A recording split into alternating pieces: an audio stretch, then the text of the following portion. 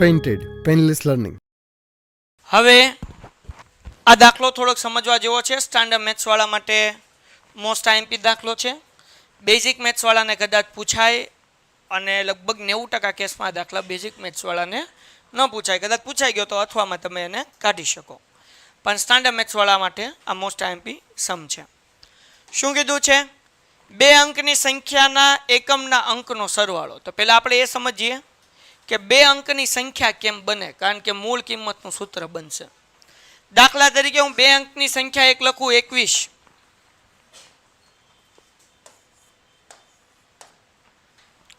તો 21 કેવી રીતના બને? તો ભાઈ 2 ગુણ્યા 10 વત્તા 1 એટલે કેટલા થાય? 21. કેમ? જો આ એકમનો અંક છે 1 એટલે એમને મૂક્યો. 2 છે એ દશક છે એટલે 2 નો ગુણાકાર 10 હારે કર્યો. 2 દાણ 20, 20 વત્તા 1 21. એક હજી નંબર લઈ લઈએ 87. આ 87 નંબર બન્યો કઈ રીતે? તો એકમનો અંક 7 છે એટલે 7 એમનેમ. દશકનો અંક છે 8 એટલે 8 દાણ 80. 80 માં તમે 7 નાખો એટલે 87 થાય. એટલી ખબર પડે? વેઇટ સ્કીપ નહીં કરતા, તમારા ફાયદાની વાત છે. ધોરણ 10 ની અંદર આવ્યા છો, બોર્ડની પરીક્ષા આપવાની છે, જોરદાર રિઝલ્ટ લાવવું છે, તો પેન્ટેડ એપ્લિકેશન ડાઉનલોડ કરો અને ચેમ્પિયન બેચ લોન્ચ થઈ ગઈ છે. ચેમ્પિયન વિદ્યાર્થી સાથે ભળી જાઓ. આ લાઈવ લેક્ચરની અંદર ગણિત, વિજ્ઞાન, સમાજ, ઇંગ્લિશ, ગુજરાતી બધુંય ભણાવીએ છીએ. અનમ્યુટ કરીને ઘરેથી બોલીને ડાઉટ પૂછી શકો અમારા લાઈવ લેક્ચરમાં. અને તમારે ટ્રાય કરવી છે, ખાલી 300 રૂપિયા આપીને મહિનો દિવસ ટ્રાય કરો ને પછી મજા આવે તો આગળ જોડાવો. તમે એમ કહો સાહેબ તમારું રિઝલ્ટ આ છે, મારી પાછળ રિઝલ્ટના ફોટા જોઈ લો અમારા ટોપર્સ, અને તમે ચેમ્પિયન બનવા માંગતા હો ચેમ્પિયન બેચ સાથે જોડાઓ. Good bye. તો કોઈ પણ સંખ્યા હોય 1 થી 99 માં 99 લઈ લો, તો 99 બની કેમ? એકમનો અંક છે તો 9 એમને. દશકનો અંક 9 છે એટલે 9 ગુણ્યા 10 બરાબર ને, એટલે 9 દાણ 90. 90 માં 9 નાખો એટલે કેટલા થાય? 99. થાય કે ન થાય? ડન છે. તો કોઈ પણ 1 થી લઈને 99 સુધીની સંખ્યા અથવા તો 10 થી લઈને 99 સુધીની બે અંકની સંખ્યા લ્યો તો એ આવી રીતના જ બને. તો એકમનો અંક ધારો કે આપણે ધારીએ છીએ કે x છે. એકમનો અંક શું છે? x. તો હવે 87 માં આપણે સમજીએ. મેં તમને અહીંયા લખેલું જ છે કે ભાઈ ચલો એકમનો અંક x છે એટલે 7 ની જગ્યાએ હું x મૂકું છું. અને દશાંકનો અંક y છે તો y ગુણ્યા મને 10 કરવા પડે, કારણ કે દશકનો અંક હોય ત્યાં 10 લાગે. 8 દશકનો હતો એટલે 8 ગુણ્યા 10 થયું. 9 દશકનો અંક હતો એટલે 9 ગુણ્યા 10 થયું. અહીંયા 2 દશકનો અંક હતો એટલે 2 ગુણ્યા 10 થયું. ખબર પડી? એકમનો અંક x ધારો એટલે x મૂકવાનો, અને દશકનો અંક આપણે કયો ધાર્યો? y. તો મૂળ કિંમત જે છે એનું સૂત્ર શું થાય?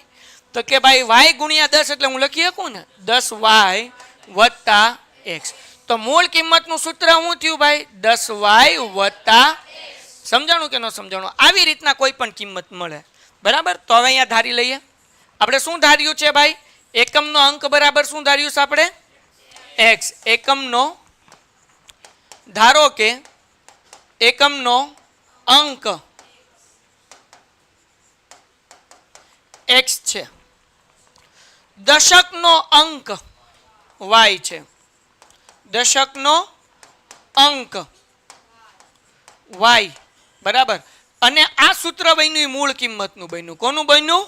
મૂળ કિંમત. કિંમત કેવી રીતના બનશે મૂળ કિંમત? તો મૂળ કિંમત બરાબર 10y વત્તા x. હવે કોઈ એવો વિદ્યાર્થી છે કે જેમ કે સાહેબ મારે એકમનો અંક y ધારવો છે. એકમનો અંક શું ધારવો છે? y. અને દશકનો અંક x ધારવો છે. તો બેટા તમારે કેવી રીતના કરવાનું? 10x વત્તા y. ક્લિયર? દશકનો અંક હોય ત્યાં 10 લાગે. યાદ રાખવાનું. હું યાદ રાખવાનું? દશકનો અંક હોય ત્યાં 10 લાગે. y દશકનો અંક છે એટલે 10y વત્તા x. અગર x દશકનો અંક છે તો 10x વત્તા y. કોઈને કઈ વાંધો આમાં? બધાને સમજાઈ ગયું? આ કિંમત મૂળ કિંમતનું સૂત્ર કેવી રીતના બન્યું? 10y વત્તા x. આગળ વાંચીએ. હવે આપણે કીધું કે બે અંકની સંખ્યાના અંકનો સરવાળો 9 છે. પેલું સમીકરણ બની ગયું. બે અંકની સંખ્યા છે એટલે x વત્તા y બરાબર 9. આ પેલું સમીકરણ, કંઈ અઘરું નથી. બે અંકની સંખ્યાનો સરવાળો એટલે x વત્તા y, 9 છે એટલે બરાબર કરીને 9 મૂક્યું. કોઈને કઈ ડાઉટ છે? આગળ વ્યા જઈએ. પછી શું કીધું ભાઈ? આપણે કીધું વળી સંખ્યાના 9 ગણા કરતા, સંખ્યાના કેટલા ગણા કરવાના છે? 9. તો આપણી આગળ સંખ્યા કઈ છે? મૂળ કિંમત, મૂળ સંખ્યા 10y. જો સમીકરણ બનાવું છું, 10y વત્તા x, 9 ગણા કરતા કીધું એટલે 9 મૂક્યું. વળી સંખ્યા, સંખ્યા એટલે તમારે આ લખવાનું, મૂળ કિંમતની બદલે લખું છું મૂળ સંખ્યા, એટલે યાદ રહે બેટા. મેં શું લખ્યું? મૂળ સંખ્યા. હું લખ્યું વળી સંખ્યાના, સંખ્યા આપણી આગળ શું છે?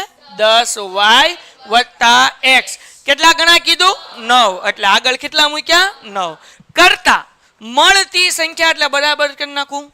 મળતી સંખ્યા હવે સમજો, એ અંકની અડલ બદલ કરતા, અંકની અડલ બદલ કરવાની. અંકની અડલ બદલ એટલે x y આગળ પાછળ કરવાનું. એટલે અહીંયા જે છે 10x વત્તા y કરી નાખવાનું. શું કરી નાખવાનું? કેમ અડલ બદલ કર્યું? મેં જો x ને આગળ લઈ લીધું અને y ને ક્યાં લીધું? કારણ કે કીધું કે અંકની અડલ બદલી કરતા મળતી સંખ્યાના કેટલા ગણા? તો આગળ કેટલા મૂકવાના? 2 ગણા. બીજું સમીકરણ થોડુંક અઘરું છે, પેલું ઈઝી છે. પેલું સમીકરણ તો હાવ ઈઝી કે ભાઈ બે સંખ્યાનો આપણને કીધું કે બે અંકની સંખ્યાના અંકનો સરવાળો 9 એટલે x વત્તા y બરાબર 9. બધાય વાંચો, અહીંયા શું લખ્યું છે ભાઈ? વળી સંખ્યાના 9 ગણા કરતા, સંખ્યાના 9 ગણા. તો સંખ્યા આપણી આગળ શું છે બેટા? 10y વત્તા 9 ગણા એટલે આગળ હું મૂક્યા? 9. પછી લખ્યું મળતી સંખ્યા, મળતી સંખ્યા એટલે આપણે કર્યું બરાબર. શું કર્યું? બરાબર.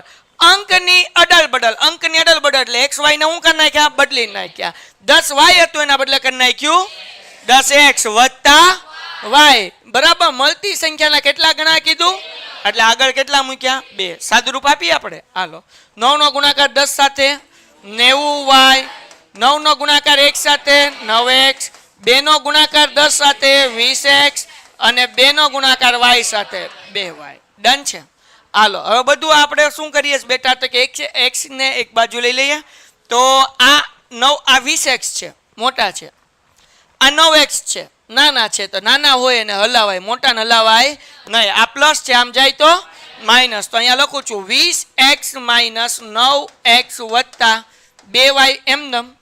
આ 90y છે, આ બાજુ આવે તો માઇનસ 90y. થાય કે ના થાય? તો અહીંયા લખી નાખું 90y. આ બાજુ કાંઈ વધ્યું નહીં એટલે બરાબર ને. આ બાજુ હું લખ્યું 0. 9x વત્તા હતા, આ બાજુ ગયા એટલે માઇનસ. 90y પ્લસ હતા, આ બાજુ ગયા એટલે માઇનસ. હવે ધ્યાન રાખો, હવે 20 માંથી 9 જાય, કેટલા વધે? 11x. તો 0 બરાબર 11x બરાબર ને. આગળ વચ્ચે ઓછે 90 માંથી 2 જાય 88y. પણ કેવા? પ્લસ માઇનસ નિશાની મોટા પદની, 90 મોટો છે એટલે માઇનસ નિશાની મૂકી. હવે એવો કોઈ ઘડિયો ખરો કે જેમાં 11 ને 88 બે આવે? 11 નો ઘડિયો. તો 11 સામાન્ય કાઢી લો બેટા. તો 0 એમને 11 કાઉન્સમાં x એમને માઇનસ. 11 ના ઘડિયામાં 88 ક્યારે આવે? 11 8y બરાબર. 11 ગુણાકાર છે, આ બાજુ આવે તો ભાંગાકાર. હા કે ના? ઓકે, તો હું છે ને પેલા બધું આ બાજુ લઈ લઉં બરાબર ને. એટલે આપણે સરસ મજાનું જગ્યા વધે. હવે સમીકરણ બનવા આવ્યું છે હો ભાઈ. પછી તો દાખલો હાવ ઈઝી છે, દાખલામાં કાંઈ અઘરું છે નહીં. હાલો, હવે 11 ગુણાકાર છે, આ બાજુ આવે તો 0 ભાંગ્યા 11 શું થવાનું? તો 11 ને ઉડાડી દો. તો સમીકરણ બીજું શું મળ્યું ભાઈ? તો કે સમીકરણ 2 આપણને મળ્યું x માઇનસ 8y બરાબર 0. આ છે સમીકરણ 2. તો સમીકરણ 1 મળ્યું, એમાં x છે. સમીકરણ 2 માં x છે, તો x નો આપણે શું કરી નાખીએ? લોપ. પણ નિશાની સરખી પ્લસ પ્લસ, તો આપણે શું કરવું પડશે? બાદ કરવું પડશે. તો આપણે લખવું પડશે સમી 1 માંથી 2 ને બાદ કરતા. જાગોશ ને બધાય? હાલો, સમીકરણ 1 શું છે? x વત્તા y બરાબર 9. સમીકરણ 2 શું છે? x માઇનસ 8y બરાબર. હવે બાદ કરવાનું છે એટલે નિશાની બદલશું. જો આ 2x પ્લસ પ્લસ કહેવાય, આપણે કેવું મૂકવાનું? માઇનસ. આ માઇનસ છે, આ માઇનસ. x ઉડી જાય, વત્તે વત્તે વત્તા વધતા જ થાય, વધતે વધતે વધતા જ થાય, ઓછા ન થાય. 8 માં y ની આગળ કાંઈ નથી એટલે 1 કહેવાય. 8 ને 1 કેટલા થાય? 9y, પણ પ્લસ જ તે, બરાબર ને? હાલો, આ 9 માંથી 0 જાય તો 9, 9 માંથી 0 જાય તો 9 વધે, 0 9 વધે. હે ભાઈ, 9 ગુણાકાર છે, આ બાજુ આવે તો ભાગાકાર. y બરાબર 9 ના છેદમાં 9 એકા, તો y નો જવાબ કેટલો આવે? 1. કોઈને કઈ ડાઉટ છે? પાકું, y બરાબર 1. ઓકે, હવે આપણે શું કરશું? x વત્તા y બરાબર 9 આપણને પેલું સમીકરણ આપ્યું, એમાં y ની કિંમત મૂકી દો એટલે x નો જવાબ મળી જાય. તો આપણે લખીએ y બરાબર 1 સમી 1 માં મૂકતા. ડન થઈ ગયું. હાલો, સમીકરણ 1 શું છે ભાઈ? x વત્તા y બરાબર 9. y બરાબર કેટલા? 1 મૂકી દઉં, સોરી અહીંયા નહીં મૂકવાનું ભાઈ, અહીંયા મૂકીએ, બરાબર 9.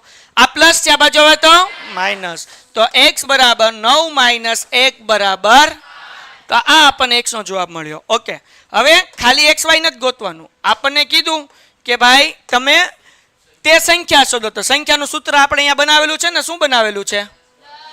10. શું છે બોલો તો જરાક. તો અહીંયા લખું સંખ્યા બરાબર 10y વત્તા 1. 10 એમનેમ. y ની જગ્યાએ કેટલો જવાબ મળ્યો? 1 મૂકી દો. x નો જવાબ કેટલો મળ્યો? મૂકી દો. હાલો ભાઈ મૂકી દો. ટુમ ટુમ ટુમ. 10 એકા, એમાં 8 નાખો એટલે તો એ સંખ્યા કઈ છે? 18. જુઓ, આ બે સંખ્યાનો સરવાળો 9 થઈ ગયો. 1 ને 8 કેટલા થયા? 9. તો ખબર પડી ગઈ કે મૂળ સંખ્યા કઈ હતી? 18. તો અહીંયા આ દાખલો પૂરો થાય છે. Painted, Painless Learning.